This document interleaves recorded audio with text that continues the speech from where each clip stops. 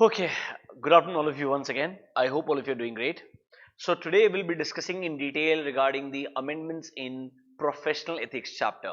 So, in the last two lectures, we had discussed about significant amendments for May 21 onwards in peer review and quality review. Today, our entire discussion is all going to be about the amendments in professional ethics chapter.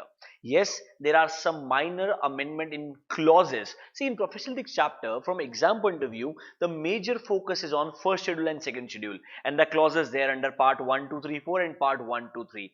Inside the clauses, so oral clauses are as it is, there are no major changes. Inside the clauses, yes, maybe there are some additional council guidelines which have been added, maybe some additional points or situations which were not covered earlier in specific clauses are now covered. So from exam point of view, the amendments in clauses is very limited, but yes, the overall code of ethics, if you ask me, has undergone a significant change. So when you get time, just for your reference, the entire code of ethics is not part of your syllabus. Rather, the entire code of ethics was never part of CA final syllabus. They always had first schedule, second schedule clauses for you in the syllabus. Then they had few important sections like section number 2 subsection 2 deemed CA in practice, and also some specific sections were there which were part of the syllabus, and then council guidelines were there. Other than that, majority of the chunk is still in there in the code, which is not made applicable even at a final level. So this is volume 1, volume 2 and volume 3, three volumes which were recently published and made applicable for all members who come under the purview of ICAI. So when you get time, you can go to the website of Ethical Standards Board, if I'm not wrong. Yes, Ethical Standards Board. Under that, can you go to publications? You'll find Code of Ethics volume 1, volume 2, volume 3. So you can just go there and access the actual code of ethics for your practical reference. From exam point of view, just focus on the professional ethics chapter given to you as per ICAI syllabus, and that is what we are going to focus on today. So our objective is whatever changes ICAI has made in their study material from your exam point of view, only those parts we are going to discuss in detail. So we'll start with the the overview of new code of ethics that has undergone a significant change. We'll discuss about that. Maybe the code, your basic fundamental principles like integrity, objectivity, they are same per se, but the content inside them has undergone some change. So we'll discuss the overview of code of ethics first, then maybe important changes in the clauses under first schedule and second schedule, then some changes or amendments in the sections of Chartered Accounts Act 1949 which are part of a syllabus, and then the council guidelines. That is going to be our entire process of discussion. Should we get started, guys? Don't worry, it's going to be an interesting one. This chapter is very important from exam point of view. I'm sure you all are aware of this. It has almost 16 to 18 marks of weightage. Sometimes they can ask you good MCQ questions also from here. So be very careful, and we'll focus on all major amendments. Okay, let's get started. In professional ethics, the first thing is overview of code of ethics. Yes, there is a significant change in this. Let me give you an overview. So this is basically your overview of code of ethics. Now there are four parts: part 1, part 2, part 3 and part 4. Part 4 is also divided in two parts, that is part 4A and 4B. Now part 1 is actually applicable for all the members. Can you see? All professional accountants. So it is not like it is not applicable to CA in service, it is not applicable to CA in practice, it is applicable for all professional accountants. Here we'll discuss mostly in detail about are the fundamental principles which are prescribed to you under code of ethics and all, your threats to independence, the safeguards regarding the same, that will come under discussion under part 1. Part 2, if you ask me, is applicable for professional accountants in service specifically. So let's say if you're a chartered accountant working in industry, or maybe working under audit firms, then in that case you are a professional accountant in service. For that there is a dedicated part 2. Part 3 is for professional accountants in public practice, the most important one, rather the major part of our overall ICAI members which are covered. Next one is part 4. Part 4 has two parts, part 4A and part 4B. Now this is basically recently introduced independence standards. So if you ask me, the major focus of new code of ethics was on ensuring the independence and ethical compliances by the members of ICAI. So what they've done is they've issued a lot of new independent standards and guidelines, and they had bifurcated that in two parts, 4A and 4B. So 4A is applicable when you are the statutory auditor, that means you are performing the statutory audit and review engagements. Other than your statutory audit and review engagements, all other assurance engagements, it is covered under Part B. So Part B is focusing on independence for assurance engagements other than audit and review. So audit and review, the most focused ones, are covered under Part 4A, and all other remaining assurance engagements are covered under Part 4B. That's an overview of Code of Ethics for you from MCQ point of view, or even a 4-mark question point of view. The overall Code of Ethics, overview or overall Code of Ethics, the broader understanding can be asked in the examination. The same way your syllabus is also drafted. Can you see? Part 1, complying with the code, fundamental principles and conceptual framework, but it is applicable to all the professional accountants. Part 2, applicable only and only for professional accountants in service. They might be, working in the industry, they might be working in the public sector, education sector, non-profit organizations, etc. Part 2 is also applicable to individuals. So let's say you are a professional accountant in public practice. So for you, Part 3 will become applicable. But let's say other than that, let's say you have a part-time COP. Then in that case, you might be working as an employee also with someone else. Do you get my point? Then in that case, both Part 2 and Part 3 will become applicable.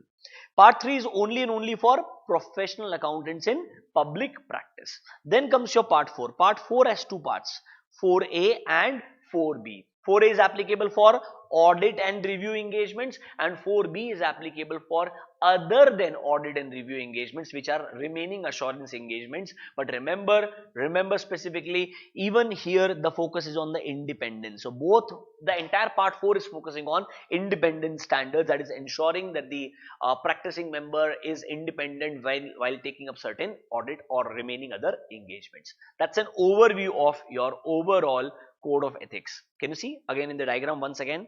The same way it has been projected. You can just go through this in once for 2 minutes. If you are comfortable, we will proceed. Just spend 2 minutes, guys.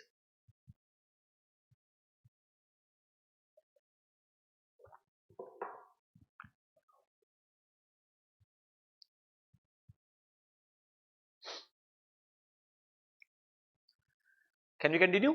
Okay. Focus on the fundamental principles. I'm sure you are aware of the integrity, objectivity, confidentiality, professional competence and due care, and the last one is professional behavior.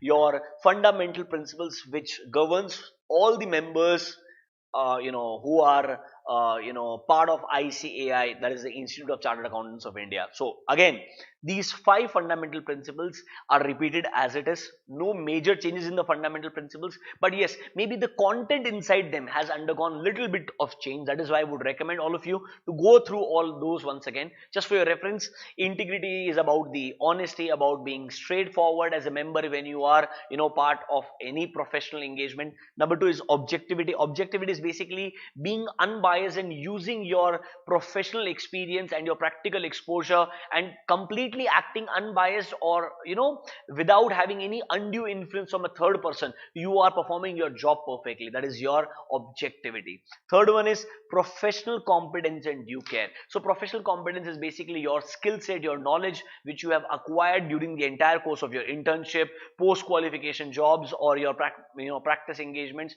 You use that properly. And due care is basically being very careful while performing your assurance engagements or non-assurance engagements.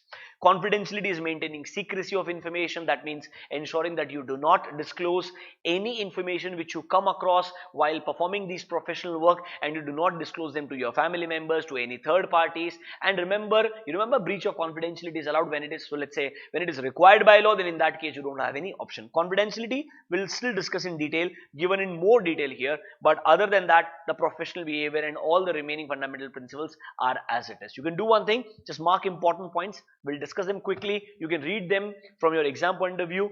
I don't think that they're very important from exam point of view. The overview of Code of Ethics has undergone significant change. That is more important. The fundamental principles are overall logically same. See, number 1, professional accountant should comply with the principle of integrity that focuses on being straightforward and honest in all your professional and business relationship. That means, you should not knowingly associate yourself with any of those reports or returns where things have gone wrong, where there is a false or misleading statement given to you. You should not become part of any of those engagements. Then comes your objectivity. Remember, objectivity focuses on, that means you as an accountant will not compromise on your professional and business judgment because of any biasness or conflict of interest. That means you will act completely unbiased. You will be, completely focusing on, the respective engagement without, getting under anyone's due, influence. That is your objectivity. Then comes your professional competence and due care. Can you see? Maintain professional competence, that is being aware and understanding all relevant technical and professional developments. If there are any changes out there, you keep yourself updated. Attend the seminars, organized by ICAI or other regulatory bodies. Confidentiality, the most important one, that is maintaining secrecy. So basically in all these they're saying, be alert that if there is any possibility that you come across any confidential information directly, indirectly, do not disclose that to any family member or your relative or any third party. It should not happen. Even ensure that all your engagement team members and remaining firm members also comply with the confidentiality requirement. One important thing is, whenever there is a disclosure required by law, compulsorily, you can't do much about it. You don't have to think about confidentiality. Let's say, for example, you remember 143 subsection 12, when as an auditor it is your duty to communicate regarding frauds which you have identified during the course of audit to the central government. Then it is completely your duty to make such disclosure. Then disclosure is permitted by law and is authorized by the client. Then obviously in that case there is no breach of confidentiality. Or when there is a professional duty or right to disclose when not prohibited by law. Can you see a situation of peer review or a quality review? You might have to disclose some important information which you had acquired during the course of your professional engagement. Now there is a situation where you have to comply with this. So peer reviewer and quality reviewer, when they come for your review, you may have to give access to them of your working papers or even client documents. Then obviously if there is any investigation or inquiry going on, you are supposed to respond to that. You need to protect the professional interest overall in case of legal proceedings, and you have to comply with all your technical and professional standards. So in these cases the confidentiality breach will not arise. Remember once again, when it is required by law, there is no question asked. When it is permitted by client and even law is also permitting you regarding the same, then also it's fine. Or it's a situation where it is your professional duty to disclose certain matters in case of inquiry, investigation or a peer review or quality review, then in that case breach of confidentiality concept does not arise. I'm sure this was taught to you even at an intermediate level. The same thing is there. You can just spend 5-10 minutes and go through them.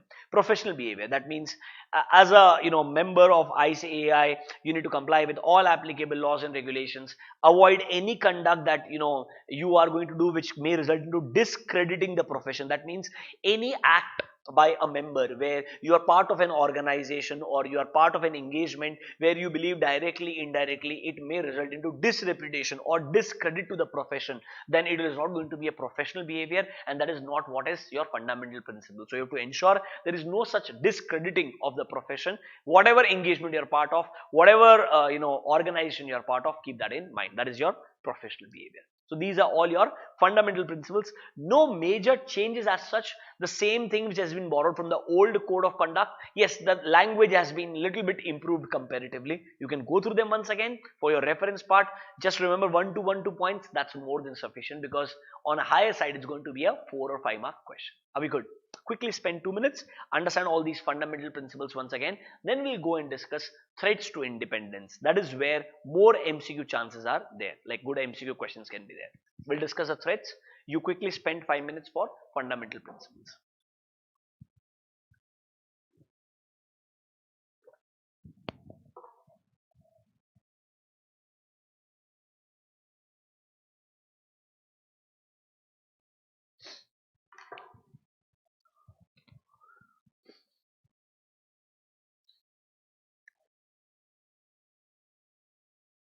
When I'm giving you sufficient time during the lecture to go through that, I would request, rather than going ahead, you should devote 2-3 minutes, read that part. That is going to be more helpful to you. Okay. Anyways, let's go next. Threats to independence. I'm sure this was taught to you at an intermediate level also. Almost same examples are copied. Nothing, no change at all. Number 1, self-interest threat. That means you have a direct or indirect financial interest with the client. That means maybe the fees what you receive from the client is so high that you don't want to lose on that client, or maybe you are seeing a potential employment with the client. That can be your self-interest threat. Next is self-review threat. That means you have access of some of the company's assets in such a way that you yourself are going to perform a review. That means no maker checker concept. You yourself have designed the let's say the accounting system for the entity, and you are only going to check the controls and the perform the audit. In that case, it's going to be a self review situation where you have yourself worked on something and you are expected to review and give your opinion. This is going to be a independence conflict. Next is advocacy threat. That means, let's say you are acting as an advocate for the client, let's say for a legal proceeding, or let's say you are supporting the client's valuation in such a way that the stock prices should go up. You are acting as an advocate. It will impact your independence.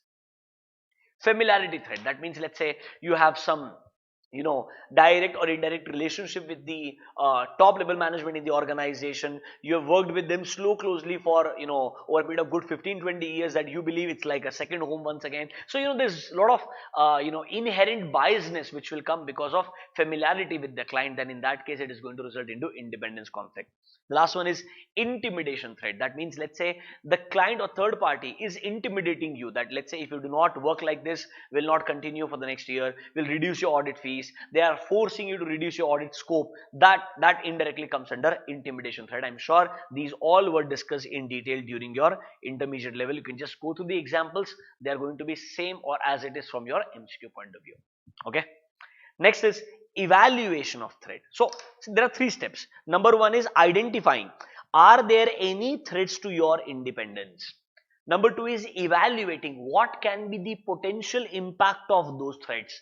And number 3rd is addressing. That means, let's say there are threats, you have evaluated that yes, it can have a significant impact, it may lead to compromising the auditor's independence. Then in that case, how should you respond? How should you address? That means whether you should give away a particular engagement, not become part of any engagement, let's say at all, or let's say have a third person who's going to act as a reviewer, quality control checker, who's going to review your work, on day in day out basis. So what kind of action you will take. That is your 3rd point, that is addressing the threat. So first thing we have discussed, that is identifying, is there any kind of threat to your independence, or any kind of threat which may lead to you compromising your compliances with fundamental principles. These are the 5 broader categories of threats. Now comes number 2 step, that is evaluating the impact of those threats. Now this is very subjective. How do you evaluate? Let's say, for example, I get a good amount of audit fees from a particular client. Let's say I get 5 lakh rupees as audit fees from the client.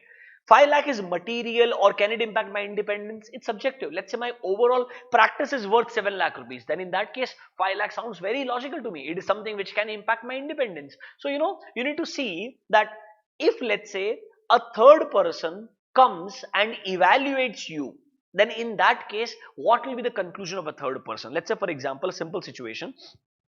A client XYZ, you performed audit and you gave a true and fair view after the audit. Let's say if an equally competent chartered accountant or a firm of chartered accountant would have done the audit of same company for the same period, let's say they may have also given true and fair view. That means your observation would have been same. Can I say maybe there was a threat to your independence or threat to your non-compliance, but still the overall conclusion looks same. So basically they're asking you to perform a test where you have to see whether the threat is reasonable and informed third party. That means this is a litmus test where you have to evaluate how much potentially this threat can impact the outcome of this particular engagement. See, the reasonable and informed third party test is a consideration by the professional accountant. That means you will consider that whether the same conclusion would likely be reached by another party. That means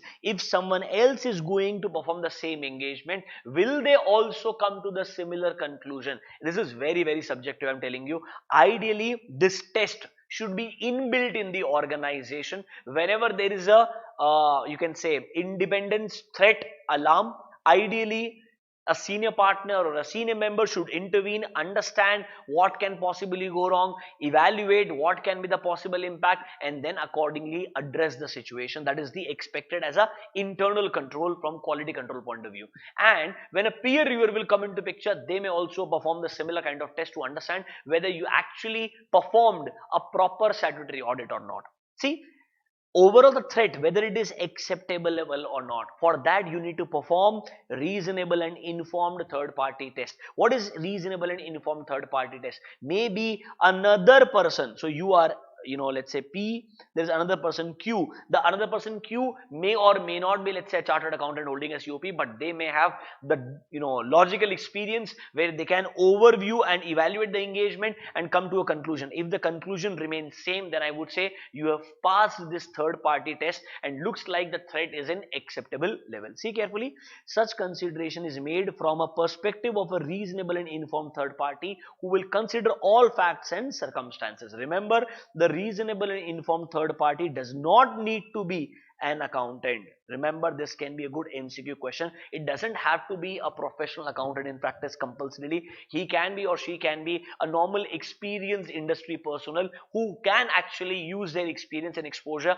and come to a conclusion whether your conclusion is similar or are not in line with them. So this is basically an additional test what they have included, which they want you to focus as a professional accountant while you are selecting respective engagements to evaluate the impact of your threat. So basically this is about evaluating. Let's say, okay, I have some relationship with, let's say in terms of financial relationship with a client. How can that possibly impact? That evaluation is very, very important. I know it's a little subjective. It's an open-ended test, but obviously with more years of experience, you will understand how to possibly come to a conclusion. The last one is addressing threat. Let's say you came across threats, you evaluated them. Now there are 2-3 options. Number one, either you believe the threat is in acceptable level, then obviously you can go ahead and continue. Let's say it is in the borderline, that means you may need to have some additional controls in place. Involve a quality control reviewer. That means your let's say another branch senior most partners who can probably be part of your engagement and act as a quality control reviewer. That can be one option. Or you decline the entire engagement altogether. So see, you may do by ABC. Number one, either eliminate the circumstances. That means, let's say if you have directly, indirectly interest with someone, you get away with that interest. Or number two, you apply safeguards. That means you, ideally hire or appoint a quality control reviewer either within the firm or outside the firm. That may also help you in reducing the threat. And the last one is you decline or end that professional activity completely. You don't become part of that at all. That's how you address a threat. The last one, safeguards. Now again, the safeguards is also somewhere in line with addressing threat only. Safeguards means, let's say you identify that there can be possible such situations of threats and all. So how can you protect yourself? How can you ensure that these threats are within the acceptable limit? So you can have some additional safeguards. Same one, have quality control reviewer in all risky engagements. On a quarterly basis, ask for independence and ethical compliances by all your engagement team members, or let's say all members in the firm altogether. So you can have such additional controls or guards in place. See, having an appropriate reviewer who was not a member of the team can review the work performed and advise how it can impact your self-review threat. Next one, you can use different partners or engagement teams for separate reporting lines where you believe there can be a advocacy or familiarity threat. That means, let's say you have worked with one particular client for good 8-10 years. Now you want some other partner who is completely unbiased to come and do the or statutory audit in this case, or involve another firm altogether. That means you may ask for joint engagement, or maybe outsourcing of some work is possible. So you can have a different way in, way out by which you can safeguard this kind of situation. These are all recommended guidelines, guys. You don't have to comply with them and apply them as it is. You may find better ways also, but these are some of the guidance situations which is given to you by Code of Ethics. So what we have broadly discussed is the overview of Code of Ethics. We have 4 parts. Part 1 applicable for all professional accountants, Part 2 applicable for professional accountants in service, Part 3 for professional accountants in practice if you ask me, and Part 4 is a situation where they're focusing on independent standards. 4A is regarding your audit and review engagements, 4B is your all other remaining assurance engagements other than audit and review. Then they talked about threats to independence, your fundamental principles, the 5 same fundamental principles, and how do you evaluate the impact of those threats and how do you safeguard yourself. This was a major chunk of amendment if you ask me, as an introduction part of new code of ethics to you. I would recommend all of you to spend good 15-20 minutes the day before you go for the exam, the same day when you're going for the exam. On that day, spend some time. There can be good MCQs or a theoretical 4-mark question out of this part. So I'll give you 2 minutes, go through all of this once again, and then we'll start with the clauses, the amendments in clauses specifically. So our discussion will be in 4 parts. Part 1, the overall code of ethics, that discussion is done. We'll talk about now amendments in clauses. Then we'll talk about amendments in sections, and then we'll talk about amendments in council guidelines. So all 4 parts we'll discuss in detail. Part 1 is completely over. Spend 2 minutes, guys. Okay, so let's continue with the clauses now. Okay, so over on your disciplinary procedure, if you remember, it remains same. Your application goes to director of discipline. Then depending upon what category of mistake it looks like, it is first schedule, second schedule, or both the schedule, it will go to board of discipline or disciplinary directorate. Disciplinary committee accordingly, and that's how the process continues. So overall process remains same. Let's focus on the specific changes in the clauses now. So clause, I'm talking about now first schedule. Okay, we'll start with the first schedule first. First schedule part 1, under clause number 1, there is no major change at all. We'll start with clause number 2 directly. So in your modules, first schedule part 1, clause number 2. Now there are very minor changes. Let me tell you once again, the overall clauses remain same. There is no change in the clauses. So if you all are aware of this, under first schedule, your minor offenses are there. Under second schedule, your major offenses comes into picture, and your part 1 of both first schedule and second schedule focuses on CA in practice. Now focusing on first schedule, part 1, I'm going to go clauses by clauses now. So clause 2, if you remember carefully, said if as a member who is a chartered accountant holding a certificate of practice is deemed to be guilty of professional misconduct if he pays or allows or agrees to pay directly or indirectly any share or commission or brokerage in the fees or profits of his professional business to any person other than a member of the institute, a partner or a retiring partner, a legal representative of deceased partner, or any other member of approved professional body, or any other member or person who has a membered service guy. So in that case, with them you are allowed to enter into partnership, and then with them you can share your profits or fees also.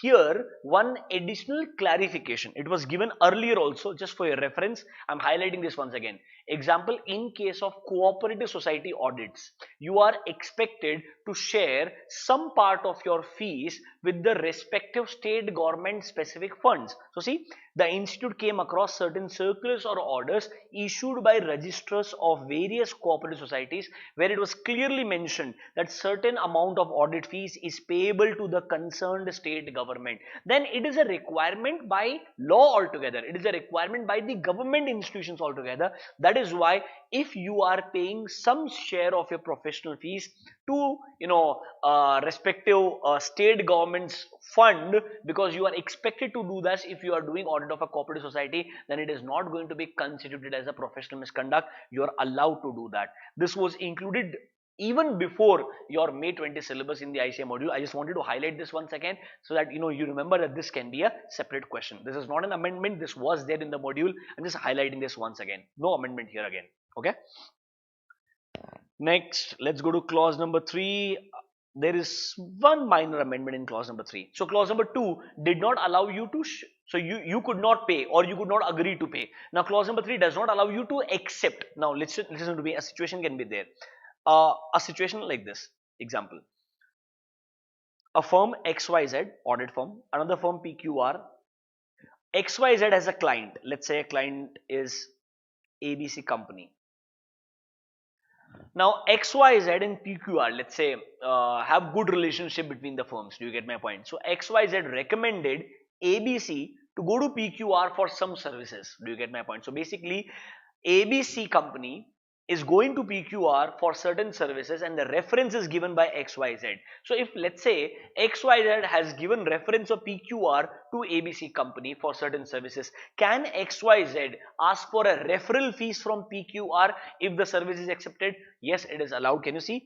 Referral fee amongst members within themselves, it is allowed. It is not prohibited for a member in practice to charge referral fees, being the fees obtained by a member in practice from another member in practice regarding referring a particular client to that person or the firm. Understand? Now within audit firms or between practicing members, if you're referring clients, you can charge a referral fees. It is absolutely allowed. It will not result into professional misconduct under clause number 3. So I'm just highlighting the exceptions. I'm not discussing all the clauses. I'm sure you would have seen the regular lectures by now. You would have attended lectures, or you would have gone through the entire chapter once again. My focus is purely the amendments. This was your clause 3.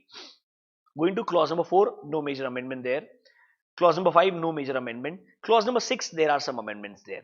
Now, what is clause number 6 and 7?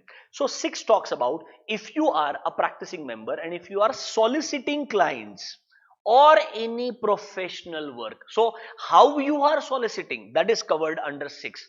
Remember, in 6, how you are soliciting or advertising is covered in 6. What you are advertising is covered under clause number 7. 6 is about how you are soliciting or getting professional work directly, indirectly. Are you using the method of circular or advertising or personal communication or interview or by any other means which is not open to a chartered accountant holding a COP? Then you can be held guilty of professional misconduct.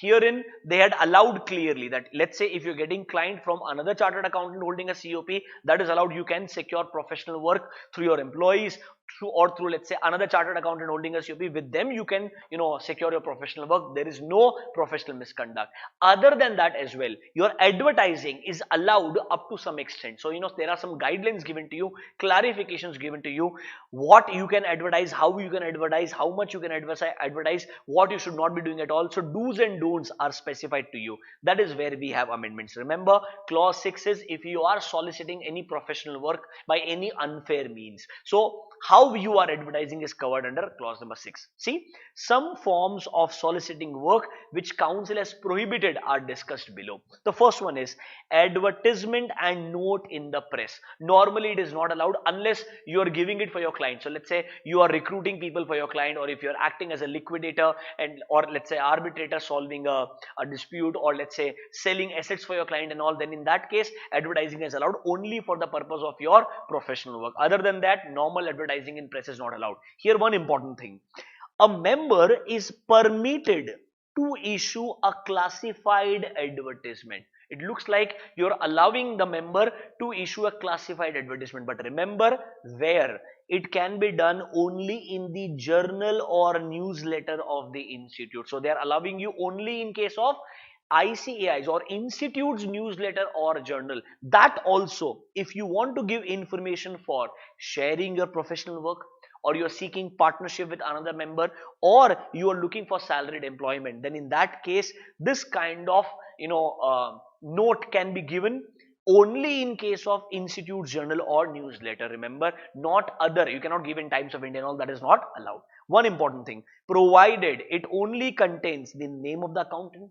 the address and telephone number, fax number, email address, and recently they have added, can you add your address of social networking sites? That means can you mention a basic understanding of your how they can reach out to you on LinkedIn, how they can reach out to you on your website. That is allowed. Remember, it should be a mere factual position of experience and area of specialization relevant to seek response to the advertisement are permitted. So it's basically a basic information. Okay, this is what we do. We have been doing for these many years. That's it. It should not result into unnecessary publicity. That is not allowed. Remember, this is a small change in. So there are multiple guidelines. This is one of the guidelines where they have allowed you to give a classified advertisement in the institute's journal or newsletter. Are we good? Next amendment directly is in point number D. Publication of books, articles and presentation. Are you allowed to publish books, articles and presentation? Yes, it is allowed, but there are restrictions. See, it is not permissible for a member to mention in a book. So that means Publishing a book article is allowed, but you cannot mention any professional attainments or achievements, whether of the member or of the firm with which he is associated. But remember, this is important. Mark this as very, very important. However, so remember your professional achievements. You are the best chartered accountant in India, best member in practice you have seen, best tax consultant, in Asia. You cannot use such, or maybe your awards, your recognitions. That is something which is not allowed. But remember, can you mention that you are a chartered accountant? And earlier, even mentioning firm name was not allowed. Now at least firm name can be mentioned. See, he may indicate in the book or article the designation chartered accountant as well as the firm name. This can be a question. In lot of suggested answers, you will find that even earlier firm name was not allowed. Now in the new part, the firm name is allowed. But remember, professional attainments cannot be mentioned when you are publishing books or articles. This point number D is important. I would say read this carefully once again. So I'm just highlighting the important amendments. Honestly, I'm sure by now you would have gone through all these respective clauses in detail. Go through point number D once again.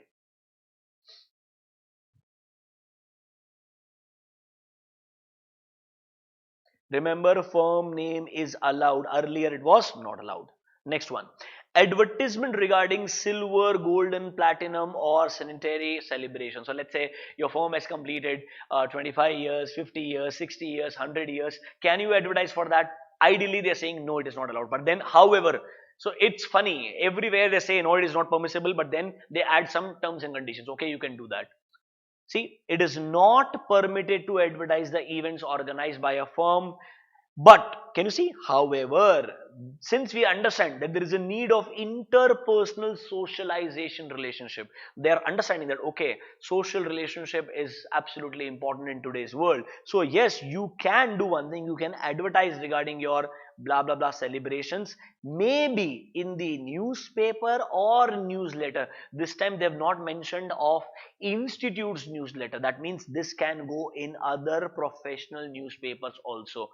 Ideally this is allowed if you ask me, although initial word says that it is not allowed, but ideally it is allowed because there is a word however, and they have wrote a lot of confusing lines like this in multiple guidelines.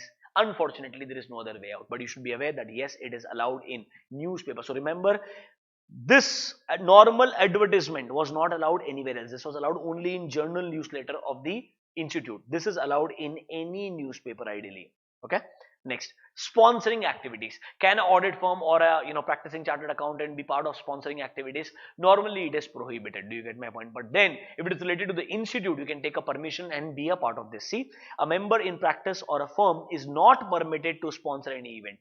However, once again, such member or firm may sponsor an event conducted by program organizing unit of ICAI, provided they take a prior approval from the ICAI directorate. Obviously, after that they can be act as a sponsor. Yes, member sponsoring related to corporate social responsibility should clearly mention their individual name. They can use the prefix CA. However, they cannot mention the firm name or CA logo. That both is not allowed. You can just say you are a chartered account, let's say CA Rishabh Jain or CA ABC. That is allowed. Next, sharing profile with the prospective client. Now, this is where a lot of you will have an argument, and honestly speaking, I'm here to just discuss what is allowed, what is not allowed. I'm not here to give my own views. That is not going to be relevant from your exam point of view. So they clearly say any prospective client, you are reaching out to them, you're sharing your firm's profile, this is what we have been doing and all, not allowed. Unless a prospective client reaches out to you, they are asking for your firm's a basic profile and what services you provide, then it is permissible. See, it is not permitted to share firm profile with a prospective client unless it is in response to a specific query.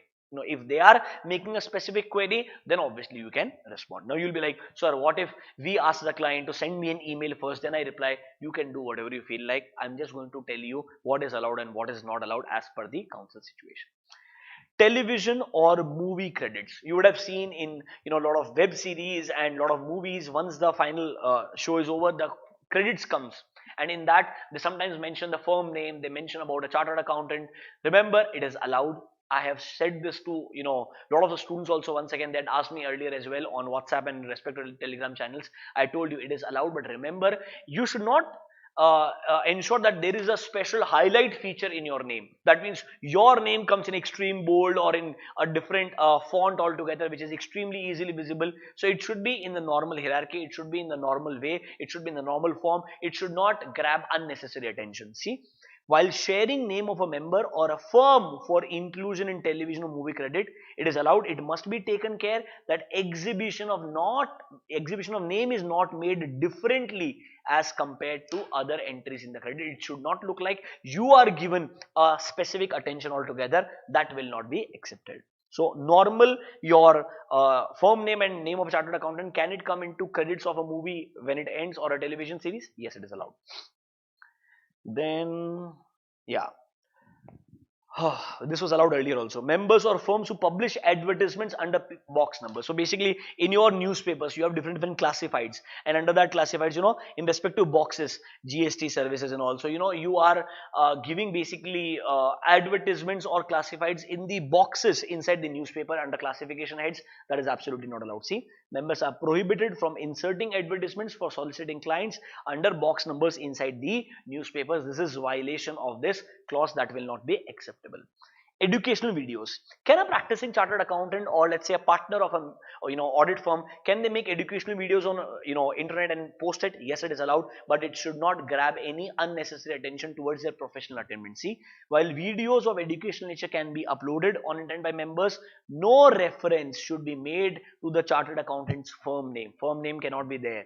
It should not contain any contact details or website address. It should not look like that you are advertising. It's purely you are putting content for educational purposes. I hope you understand that these are important clarifications which is given to you under clause number 6. So where are we? We are in first schedule, part 1, where it is applicable for members in practice, and we are discussing clause number 6, which tells you that you are not allowed to solicit client or get professional work by any unethical means. So what is allowed and what is not allowed, we have discussed in detail, and whatever changes have been incorporated by them in the study material, I have discussed all of them with you in detail under clause number 6. I hope the entire discussion on clause number 6 is clear. Let's go to clause number 7 now. So clause number 7 talks about what you advertise. So you are not allowed to use any other designation other than chartered accountant. If you are a chartered accountant holding a COP, you cannot boost or publicize your professional attainments unnecessarily. This is your clause number 7. See, advertising your professional attainments or services or using any designation or expression other than chartered accountant. I'm sure you are aware of this. Let's say maybe you are a chartered accountant, you are also a company secretary, and let's say you are a CWA also, or maybe you are a lawyer also, but if you are a practicing chartered accountant, you are allowed to use only chartered accountant completely. You cannot use company secretary full form. That is not allowed. Yes, you can say you are ACS or you can say ACWA. The initials can be there. You cannot mention categorically that you are a cost accountant, you are a company secretary, you are a certified public accountant. That is not allowed. The only designation can be chartered accountant in detail. Remember that. So you cannot use any other designation other than chartered accountant on your visiting cards, letterheads or signboards, unless it is a degree of a university that can be mentioned. If it is recognized by central government, only the title indicating the membership, let's say ACWA, FCWA, that can be done, or any other institute, that reference can be given, but the entire designation has to be only chartered accountant. I'm sure you are aware of this. Other designations, it is clearly not allowed. So one important change here. A member, so you remember advocate you cannot use, you can use only chartered accountant, remember. So a member empaneled as insolvency professional or registered valuer can mention, mark this, for the first time they've allowed insolvency professional or registered valuer. You can use this on your visiting card or letterhead. No other designations are allowed other than chartered accountant. I'm sure you are aware of this. So let's say if you are also CPA Ireland, or let's say you are also a member of Chartered Accountants of England and Wales. Yes, there are a lot of MOUs with these other institutes by ICAI. You can opt for their membership and all, but remember the designation as a chartered accountant holding a certificate of practice can only be chartered accountancy. You are only permitted to use nothing else than chartered accountant. Can you mention date of setting up of practice? It is not allowed. See, the date of setting up of practice by a member or date of establishment of firm on the letterheads is not to be mentioned. It is not allowed. But remember, year of establishment is allowed. So you can mention 1989, 1991, that is allowed. You cannot say 18 June 1989. I know you can argue about this, but it is not allowed. Practice as an advocate, you need a special permission from the council regarding the same. Even if you get a permission, you cannot use advocate. You have to use chartered accountant only. See carefully. In respect of other matters, they should use a designation chartered accountant, but they should not use a designation chartered accountant and advocate simultaneously. Yes, if you're acting as only an advocate, not as a chartered accountant, then you can use individually advocate, but not both together simultaneously. And most importantly, when you are working or doing CA in practice oriented job or work, you are allowed to use only chartered accountant.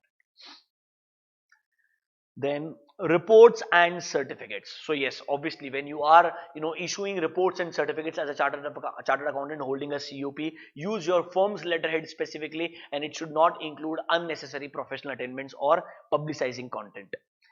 Appearance of chartered accountant on electronic media including internet. Is that allowed nowadays? Yes, it is allowed. See, member may appear on television, films or internet, or agree to broadcast in the radio or give lecture at forums, but remember, you should give their names, describe themselves as chartered accountant. What is not permissible? See, special qualification or specialized knowledge directly related to subject matter can also be given. So if you are a GST expert, that's fine, because you're talking on a GST forum about GST. Firm name may also be mentioned. However, any exaggerated claim or any kind of comparison is, so the the topmost GST practitioner of the country, okay, the tax experts, when you are trying to exaggerate at any level, that is absolutely not allowed. Yes, firm name you can mention that you have a specialized knowledge in GST, that is fine. You get my point. Members can talk, give lectures or attend conferences, and they can describe themselves as chartered accountants, and when they are acting only in the capacity of chartered accountant. However, reference to professional firm should not be given. So these are some basic do's and don'ts, what is allowed and what is not allowed. Writing articles or letter to the press. Can you do that? Yes, you can do that. See, members writing articles connected to the profession can give their names, can use the description that they are chartered accountant. Can you use a signboard? You are required to use a signboard ideally. Now, earlier there were restriction on the size of signboard. Now, ideally, the restriction on size of signboard has been removed. So, there is no restriction on size. But they are saying it should not be so jazzy and colorful that it stands apart and it looks like, okay, this is the CA's office. In one street, there are 10 other offices, but CA's signboard looks the most colorful one. That is not allowed. See, with regard to the size of signboard, the member can put up, there is no restriction at all. However, use of glow signboards or lights on large size boards used by traders or shopkeepers is not permissible. So, glow and extremely color. So, unnecessary publicity is not allowed basically. Public announcements with details of directors allowed, obviously no problem at all. Network form and networking guidelines, recently ICAI has allowed that yes, you can make a network of audit firms, you can come together, get yourself registered with ICAI. Can you at least say that I'm part of this kind of network? That is obviously allowed, no restrictions there. Common CA logo guidelines. You all know really well that we all are, as a practicing members, allowed to use only CA logo. Now, this is basic detail about CA logo. See, to promote the brand of CA profession. So, you just mark this as important. It's very simple, very generic in nature, but important. So, to promote the one single brand of CA promotion, there is a symbol of CA profession in India, and it comes with a unique logo, which can be used by all the members, whether you are practice or not. Encapsulating his personal belief and attitude, the CA logo seeks to enhance the identity of the members. So basically, people should be able to identify easily that okay, these are chartered accountants ideally. The logo consists of letters CA with a tick mark upside down. I'm sure you're aware of this. The normal tick mark, which is why normal chartered accountants are famous for checking things. That kind of upside tick mark. Inside a rounded rectangle with a white background. I'm sure you all have seen the CA logo. The letters CA have been put here in blue. So you are supposed to use only that color. The corporate color, which should not only stand out on any background, but also denotes creativity, innovativeness, knowledge. I hope they don't ask a question on this. If they do, I'm sure unfortunately you'll have to remember this as it is. I don't recommend that institutes such be asking such question about what our logo really represents. Yes, you should be aware of this, but remembering word by word and the quality what they mentioned is little I would say Not expected according to me, but you never know.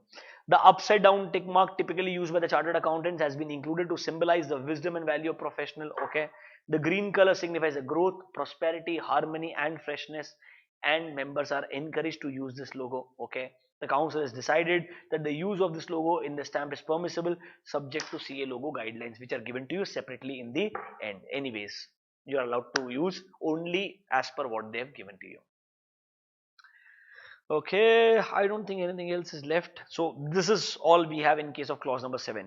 Remember, what is more important from exam point of view, if you ask me? Internet part, important. Then permission to mention qualification of certain institution. There is a section number 7 also on this. We'll discuss that in detail once again. Don't worry. You can mention insolvency, professional or registered valuer. That is allowed. Remember, that's the only thing which I think is important. Clause number 6 has more changes than clause number 7 according to me. So this is our discussion on clause number 6 and 7. So we are still in first schedule. Okay. Clause number 8 is mostly your NOC clause. There are small changes which you should need to know. I'm sure you are aware of clause number 8. So it talks about a member in practice is deemed to be guilty of professional misconduct if he accepts a position as an auditor without previously communicating with the previous auditor. So basically, without obtaining NOC, if you accept an engagement as a statutory auditor, you can be held guilty of professional misconduct under clause number 8. Now, is this applicable only for statutory audit? Earlier it was like that. Now they have said the same NOC part you have to obtain for tax audit also. So you know that clarification is given to you. Come here, come to page number. Just one second.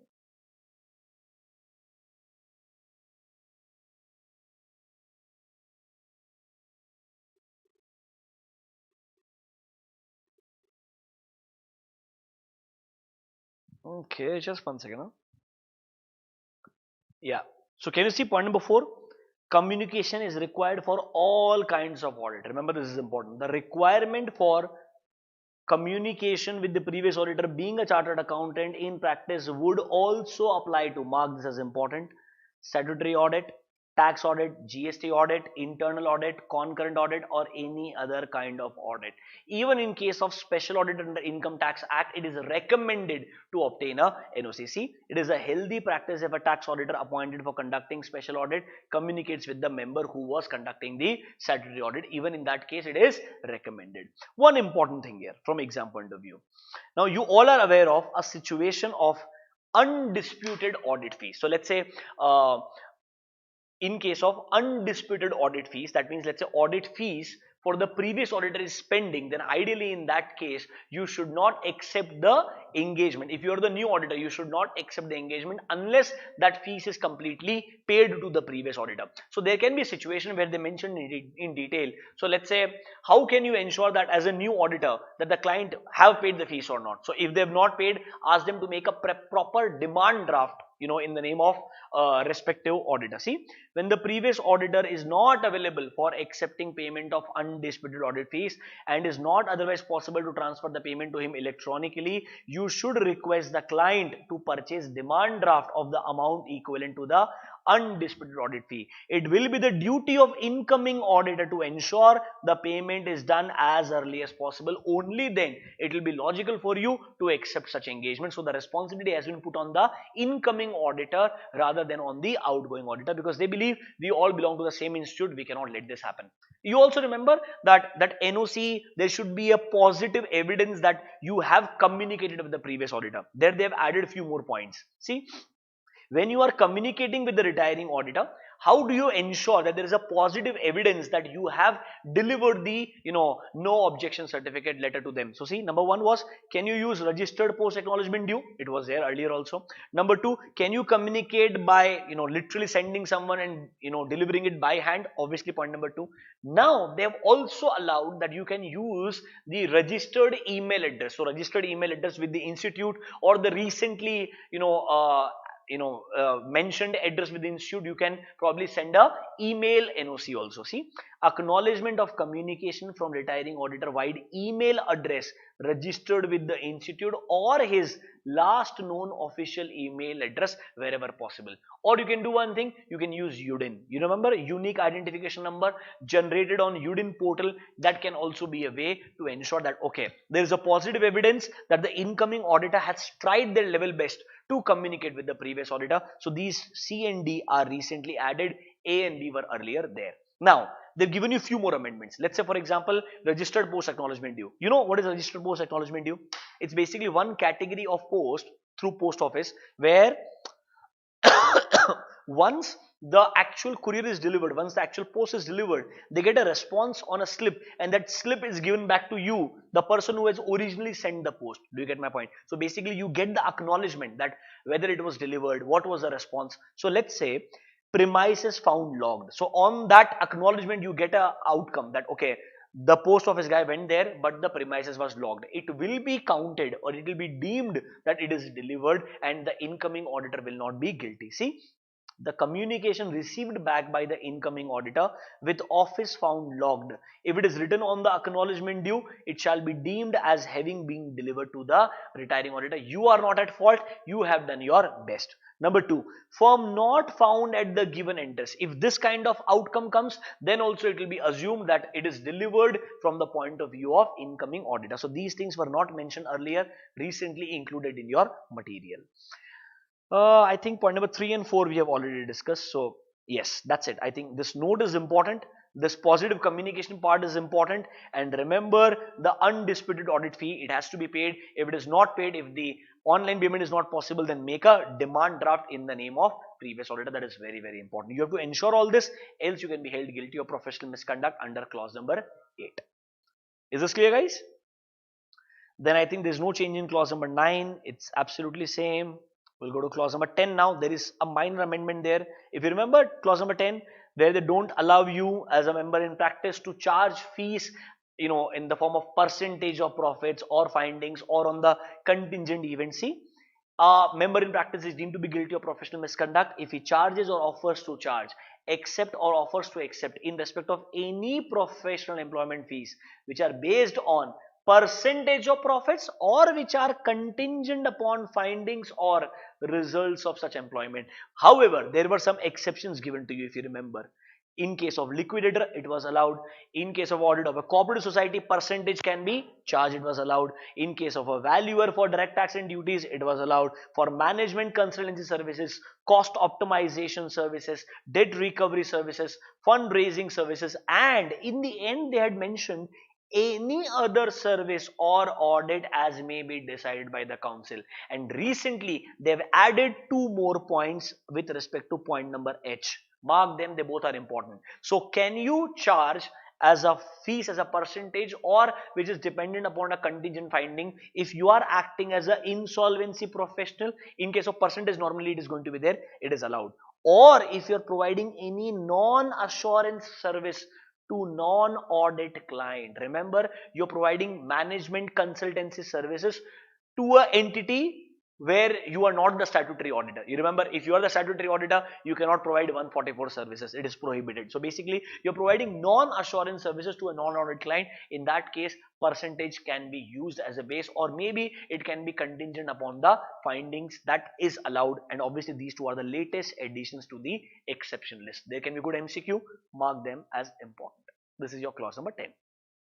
Then come to clause number 11. If you remember the most important clause, a member in practice is deemed to be guilty of professional misconduct if he or she engages in any business or occupation other than profession of chartered accountant, unless it is permitted by council. And if you remember, there were some activities which were covered under general category, and then there was a special, permission category, specific permission category. No changes in case of general category. Those activities you can be part of without obtaining any prior approval from the council. But in case of specific resolution, if you remember, first prior permission is required. So if you are a chartered accountant holding a COP, before entering into any of these services or activities, or before becoming part of any of these services or activities, you need prior approval. You need prior approval of council. Without that, you cannot do that. So you remember point number 3 and 4, we had already discussed this. There is more clarification here. See, Can a chartered accountant holding a COP be a part of office of managing director or a whole-time director of a body corporate within the meaning of Companies Act 2013, provided the member or any of his relatives do not hold substantial interest? So remember, can a member in practice become a director in a company where he's not the managing director or a whole-time director? It is allowed ideally. There is no special permission required. But yes, for becoming a MD or a whole-time director, you need a special permission from the council. But that is also allowed subject to a condition: you don't have or through your relative substantial interest in that entity. If you have a substantial interest, then ideally in that case council will not give you permission at all. So yes, you can hold office as a MD or a whole-time director if you obtain a prior approval of the council. But remember, you should not have any substantial interest in the concern, either yourself or through any of your relative. Next one, interest in family business concern. So even here they have included HUF separately, that we'll discuss. But let's say there is a family business and you have inherited that family business, but you are not managing or running that family business directly or indirectly. See, interest in family business, either it is coming as a part of inheritance or succession, but remember, the interest has been acquired as a result of relationship and in the management of which no active part is taken. You are not actively taking part in running that business, then council may give you a permission and you may still continue to hold that kind of interest. So remember, interest in family business can be allowed after obtaining prior approval from the council, but remember, you should not be actively part of the managing of that entity. Obviously then in that case you cannot have a COP. I'm sure you are aware of this. Then the HUF part, which is included separately. Can you see? Member in practice in an HUF doing business. See, a member of the institute can acquire interest in a family business either as a proprietary firm or as a partnership firm or in the name or style of a Hindu undivided family as its karta or a member. Remember, you should not be part of the managing of the entity. See, it would be necessary for the member to provide evidence that the interest is devolved on him either through succession or inheritance, and clearly the family business concern was not created by himself and he is not actively engaged in carrying on that business. That means someone else is running that business, you are not actively carrying on that business. That is something you need to prove, I'm sure, which is very logical. So that's your amendment in clause number 11. I think simple one. In case of clause number 12, if you remember, I think there's one small change which you are already aware of. This is a more clarification. So ideally, a chartered accountant holding a COP or his partner who is also a practicing member can only sign on the financial statements of the company or the audit reports which they provide. Do you get my point? But for routine nature work, can the staff member who is not a chartered accountant or who doesn't have a COP, can they sign? See, the council has clarified the power to sign routine documents on which a professional opinion or authentication is not required can be expressed and delegated to the staff, and it will not attract the disqualification or professional misconduct. So if you are issuing audit queries, your pending list, your audit questionnaire, your normal observations, and also these are your routine in nature work. For that you don't need the partner as a practicing member to sign, because here you're not giving any opinion. Here even the work can be delegated to a staff member. This was there earlier as well. No major change, just an overview once again to you. So this marks the end of your first schedule, because in part 2 no changes, part 3 no changes absolutely, part 4 absolutely no changes. So basically in the first schedule we had discussed major changes in clause number 6 and 7, then some minor changes in clause number 8, 10 and 11, and a basic change in clause number 2 and 3. Nothing else. That's the overview of amendments in first schedule of Chartered Accountants Act 1949. Now we'll continue our discussion on the second schedule. Okay, so let's go to schedule number 2 now. Second schedule. Very minor changes out there, don't worry. In second schedule, come to part 1. In part 1, there are 2 specific clauses where there are changes. Come to clause number 4 first, the most important clause according to me. Independence clause, if you remember. So clause number 4 clearly says, a member in practice is deemed to be guilty of professional misconduct if he or she expresses his opinion on the financial statements of any business or enterprise where substantial interest is involved. Now, if you remember, this was a clear situation that if you directly, indirectly have any substantial interest, which is discussed, substantial interest word is defined, if you remember, under clause number 11 of first schedule. Same way, the same definition is here, the 20% concept or the relative definition.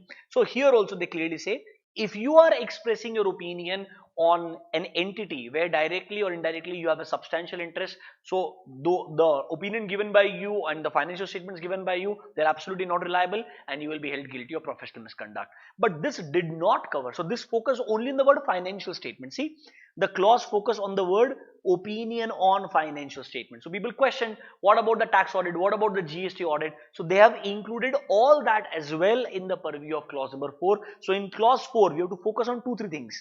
First is point number 3. See, the word financial statements used in this clause would cover both reports and certificates which are usually given after the examination of accounts or financial statements or for any attestation function or even in case of income tax assessment purposes. So all your certifications, all your reports are also covered. Don't just go blindly with the word financial statement. It will cover other certifications also. And come here, the most important one, many new areas of professional work has been added. For example, tax audit, GST audit, concurrent audit. I would say this is very, very important. I'm expecting a question on this either in the May 21 or November 21 where they clearly specify, even if let's say you have signed on the tax audit, GST audit report, concurrent audit report, the concurrent audit of borrowers of financial institutions, audit of non-corporate borrowers of banks and financial institutions, audit of stock exchange, brokers, etc. The council clearly wishes to emphasize that the requirement of clause 4 are equally applicable while performing all types of attestation functions. So clearly they say it is not just applicable for statutory audit, but even in case of these other audits. Also, not just the reports, also the certificates, which is highlighted by point number 3. So is this two important part of so clause number 4 has other changes also, but two important ones. What all will be included? Not just statutory audit, other important audits also. Not just the reports, it will also include the other certifications which have been given by the chartered accountant. Now, come to other important points. Now, they have clarified 2-3 important things. See, an accountant is expected to, be no less independent while he is discharging his duties as a tax consultant or as a financial advisor. So, whatever work you are doing as a chartered accountant, ideally, you should have the same level of, integrity, objectivity and independence that cannot be compromised even though if you are acting as a consultant. So, they have highlighted, you need to keep in mind that independence is important, not just for audit, even for other engagements. Next, if you are a statutory auditor, obviously you cannot become internal auditor of the same company. I'm sure you are aware of this. And tell me one thing. Normally, statutory audit, tax audit and GST audit is performed by one audit firm. And this audit firm cannot become the internal auditor. So can I say the other way around? Internal auditor not to become the tax auditor of the same firm. Internal auditor not to become the GST auditor of the same firm. Obviously, it's vice versa. It's very logical. One more thing. Let's say, for example, you were director of a company. And let's say you have resigned as a director, but now you want to do audit of this company. It's simple. There's a company called as XYZ. Okay. And Mr. A is an individual, let's say a chartered accountant holding a COP. He was a director in XYZ. Becoming a director is allowed, no problem at all. For MD and whole-time director, you need a special or specific permission from the council. But becoming a normal director is absolutely fine, no problem at all, if you're not part of day-to-day operations. So let's say Mr. A was a director of XYZ. Till the time he was director of XYZ company, he cannot become auditor of XYZ. But let's say he resigned as a director of XYZ. Now can he become auditor of XYZ? Only after a cooling period of 2 years. See, a member shall not accept the assignment of audit of a company for a period of 2 years from the date of completion of his tenure or resignation of the same company where he was the director. So 2-year cooling off period is absolutely important. I would say this is important from exam point of view. Remember this one, there is a cooling off period of 2 years. If you were director of a company and let's say maybe you are a chartered accountant holding a COP, and if you want to do the audit of the same company for at least 2 years from the date of resignation or from the date of your completion of tenure, you have to wait and then only you can become the auditor. This point number 6 is very interesting. Tell me one thing.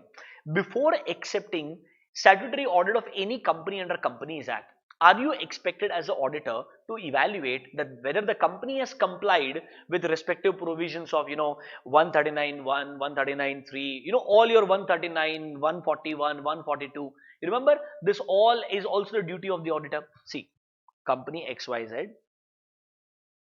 okay, Mr. A is the prospective auditor. Before accepting the audit of XYZ company, will you ensure that while appointing you, were the compliances were absolutely taken care by the company under 139, under 141, under 142? 143 is for the powers and duties of the auditor. Even 141 will not come, that is on you. But 139, 142, up to some extent 140 also, the removal of auditor. So whether they have complied with all these provisions, that means your appointment is not coming across as a non-compliance by law by the company. This has to be ensured by you, because this is covered under first schedule, part 1, clause 9. I'm sure you're aware of this. You have to ensure compliance of respective sections of 139, 140, 142. You're aware of this, right? So this was absolutely there for all companies under Companies Act. What about partnership firms? What about sole proprietorship firms? They are not covered in the Companies Act. So basically, your clause 9, this focused only and only on the companies governed under Companies Act 2013. What about other entities? Do you have to ensure that you are complying with that? Obviously, you have to ensure that.